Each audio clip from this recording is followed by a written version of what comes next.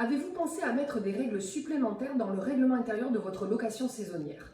Que vous louez sur Airbnb, VRBO ou en direct, c'est dans votre intérêt d'ajouter des règles supplémentaires pour anticiper certains problèmes ou éviter certains abus de vos locataires.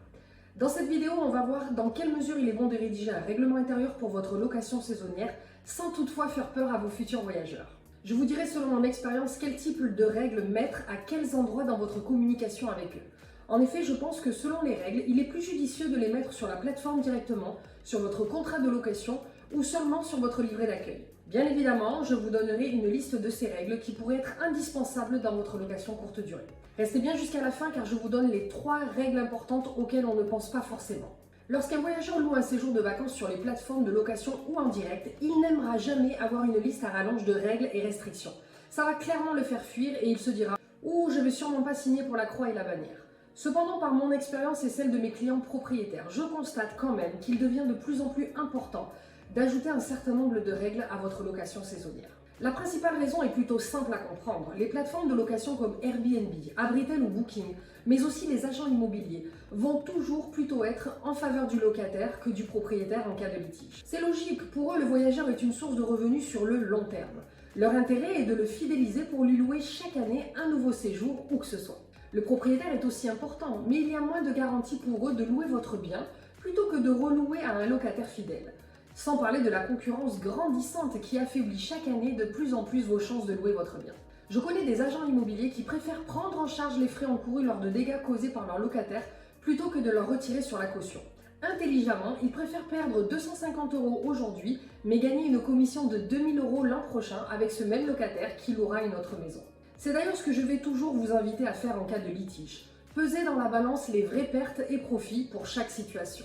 Mais revenons à notre règlement intérieur. La première étape sera d'identifier toutes les règles qui semblent pertinentes à votre location saisonnière. Elles ne seront pas les mêmes pour tout le monde. Je vous donne tout à l'heure une liste détaillée. À partir de là, il va falloir les classer en 2 catégories. Les règles extrêmement importantes qui pourraient vous coûter beaucoup d'argent, vous faire perdre beaucoup de temps ou à vos équipes, ce qui par conséquent vous coûtera aussi plus d'argent. La deuxième catégorie, ce sera les règles de vie pour prévenir des petits dégâts ou conflits qui, sur le long terme, endommageraient la qualité de la prestation que vous offrez à vos voyageurs. État d'usure important de la maison, mauvaise note, découragement pour poursuivre l'activité de location. J'en ai déjà parlé dans plusieurs vidéos, je vais vous mettre les liens en description. Il arrive que des voyageurs abusent, soit en laissant la maison dans un état catastrophique de saleté ou de désordre, soit en ne respectant pas les horaires d'arrivée ou de départ, ou simplement en ne voulant pas vous dédommager pour des objets cassés. Il n'est pas toujours évident dans certains cas de solutionner un litige. C'est pour cela que sur cette chaîne YouTube, j'essaye de vous donner tous les outils et astuces que j'utilise, mais aussi les diverses anecdotes qui me sont déjà arrivées. En tout cas, vous comprenez qu'il est important de se prémunir en instaurant des bonnes règles de base dès le départ et en prenant les bonnes habitudes pour chaque réservation. Vous avez donc défini vos 2 catégories. Pour les règles importantes, le voyageur doit en prendre connaissance avant même d'avoir confirmé sa réservation.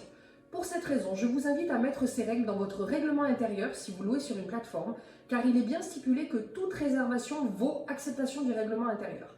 Et pour vos locations en direct, ces règles importantes seront à mettre sur vos contrats de location. D'ailleurs, pour ce qui est des contrats de location, je vous ferai une autre vidéo dans laquelle je vous expliquerai quand sont-ils indispensables, faut-il ou non les ajouter sur les plateformes, que doivent-ils stipuler, etc. J'aurai d'ailleurs prochainement un modèle de contrat de location en français et en anglais à télécharger sur mon site de programme en ligne. Alors faites-moi savoir en commentaire si ce sujet vous intéresse pour savoir si je dois programmer cette vidéo rapidement. En tout cas, voici où mettre votre règlement intérieur sur Airbnb.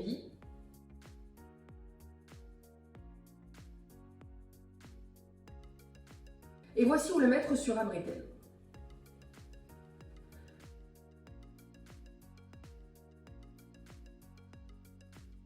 Pour les règles qui seront moins importantes, mais qui pourraient éviter certains abus ou dégâts, je recommande de les mettre plutôt dans le livret d'accueil et de les notifier si besoin au moment de l'arrivée. Ce livret, je vous invite à l'intégrer sur les plateformes, mais aussi à l'envoyer par email ou WhatsApp dès que vous avez accès aux coordonnées de vos futurs locataires. Il faut savoir que les livrets d'accueil ne sont jamais vraiment lus, mais ça sera le sujet d'une autre vidéo. Voyons maintenant les différentes règles et leurs importances. La première qui sera à classer dans les règles importantes sera le nombre de personnes maximum autorisées pendant le séjour. En général, sur les plateformes, le nombre de personnes maximum est clairement stipulé. Cependant, je vous conseille quand même, dans le règlement intérieur, de préciser le nombre exact de personnes autorisées sur la propriété, et ce, sur toute la durée du séjour.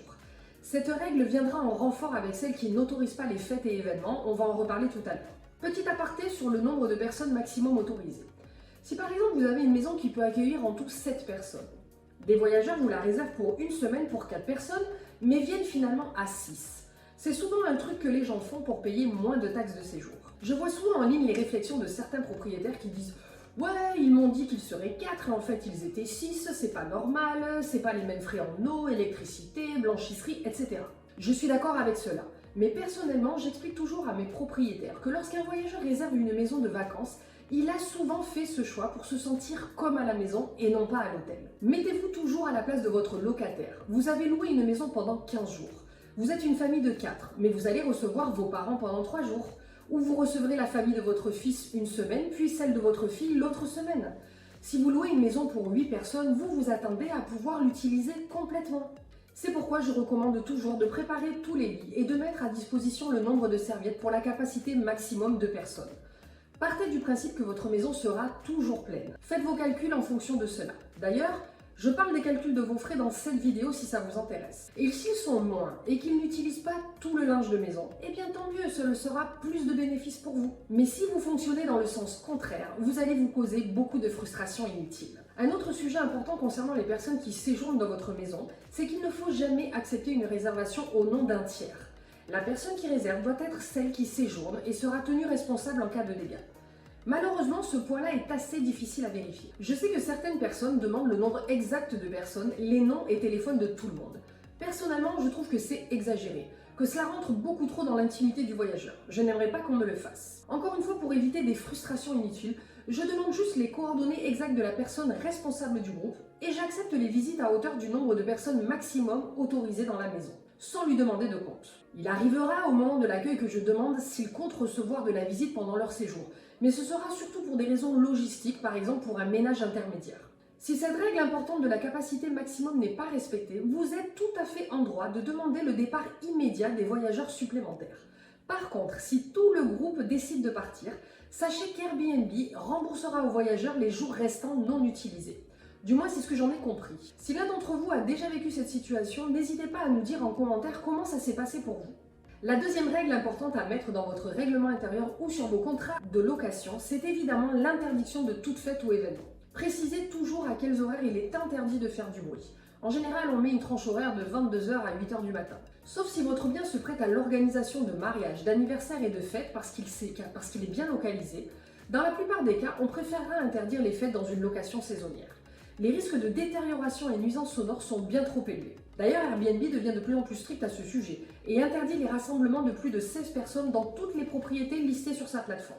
Ils essaient aussi de traquer toutes les annonces qui inciteraient dans leur descriptif à la fête ou au rassemblement. Enterrement de vie de jeune fille, etc. Ils appliqueront vos conditions d'annulation si vous avez les preuves d'une suspicion de fête avant l'arrivée d'un locataire et que vous pouvez le prouver. Message ou question douteuse du voyageur. Par contre, bizarrement, si une fête est constatée après l'arrivée, les locataires seront certes amenés à payer pour les éventuels frais de ménage supplémentaires ou dégâts, en supposant encore une fois que vous ayez toutes les preuves à ce sujet. Mais s'ils devaient partir avant la date prévue, ils seraient aussi remboursés des jours restants de leur réservation. Comme vous le comprenez déjà, si vous louez sur une plateforme de location, on en a parlé tout à l'heure, il n'est pas rare que le locataire s'en tire toujours à bon compte. C'est pourquoi, si vous faites de cette activité de location un vrai business, je vous encourage à mettre en place les réservations en direct le plus tôt possible, car vous aurez plus de contrôle dans ces cas de figure. La troisième règle importante, selon votre cas de figure, sera que tous les invités présents sur la propriété doivent respecter les règles de copropriété pendant tout le séjour. Bien sûr, il est de votre devoir de les afficher clairement dans votre logement et de mettre un lien vers un document PDF dans votre règlement intérieur ou sur vos contrats. Attention, vous n'allez pas lister les 10 pages de vos règles de copropriété, cela risquerait d'effrayer vos voyageurs. Donc, un lien vers le document sera largement suffisant. Autre règle importante si vous proposez des arrivées autonomes, je vous invite à préciser dans votre règlement intérieur ou votre contrat une phrase toute simple qui dira « Tout voyageur ayant confirmé une réservation doit prendre connaissance des indications stipulées dans le livret d'accueil, notamment concernant l'arrivée autonome. » Pourquoi cette petite phrase est pertinente? Il arrivera que vos locataires ne prennent pas le temps de lire vos instructions avant leur arrivée. Ils ne trouveront pas l'adresse exacte, ils essaieront de vous joindre, mais vous ne serez peut-être pas disponible par téléphone et décideront d'annuler en disant que c'était de votre faute, qu'ils ont essayé de vous joindre car ils ne trouvaient pas la clé, le portail ou plein d'autres cas de figure. Vous pourrez prouver grâce à votre livret d'accueil que vous avez tout mis en œuvre pour une parfaite arrivée autonome. Vos conditions d'annulation seront alors bien prises en compte. C'est donc dans votre livret d'accueil que vous préciserez toutes les règles concernant vos arrivées et départs. Petit détail, les horaires à respecter sont déjà stipulés sur les plateformes, mais pour une réservation en direct, n'oubliez pas de les mentionner aussi dans vos contrats. En tout cas, dans votre livret, vous pouvez préciser l'itinéraire pour arriver à la propriété. Attention avec les points GPS, il faut se rappeler que certains locataires n'auront pas forcément Internet sur leur mobile ou dans leur voiture, ou encore un bon réseau.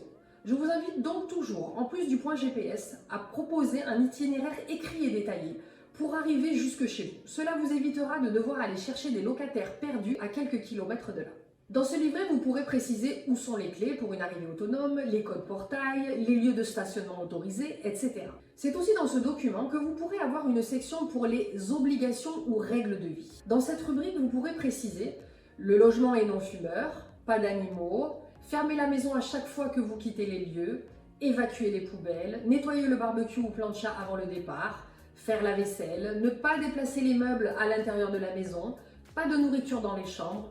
Personnellement, je ne dis rien au sujet des boissons, car je ne vais pas interdire à quelqu'un d'avoir sa bouteille d'eau la nuit en pleine canicule.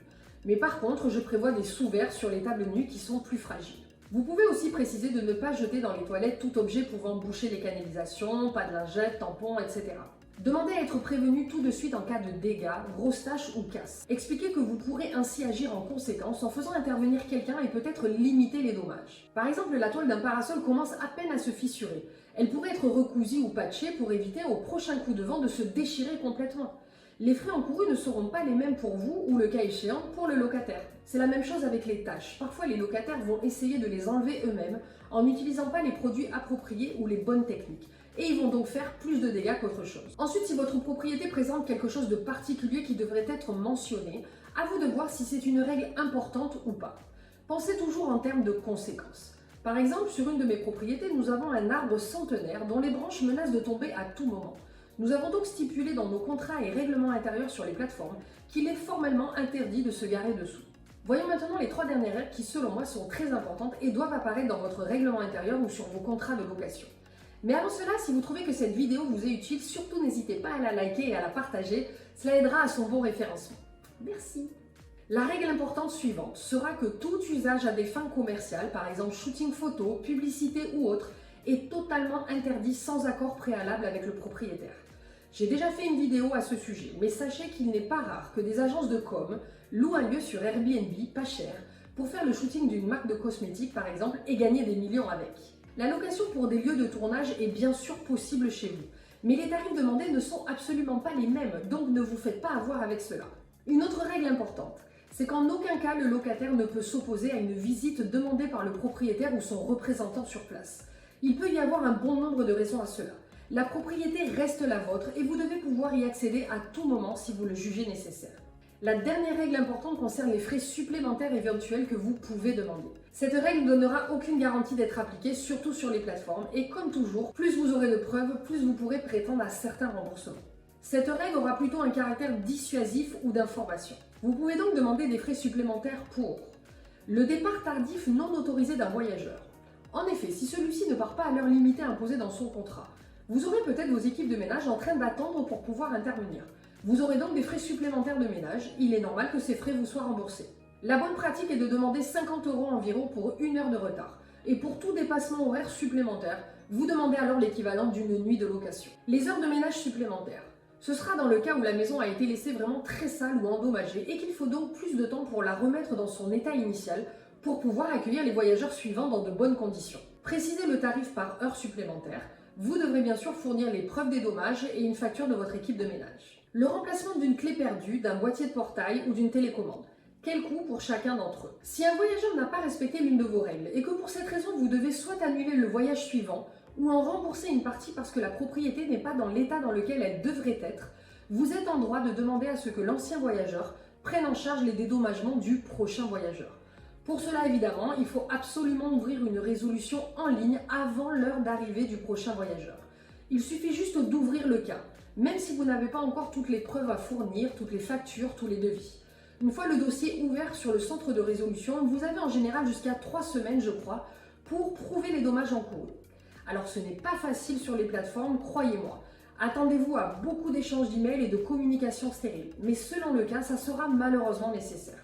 Voilà, cette vidéo a été un petit peu plus longue, mais j'espère utile. N'hésitez pas à me contacter s'il y a des sujets que vous souhaitez que j'aborde sur la chaîne, et je vous dis à la semaine prochaine.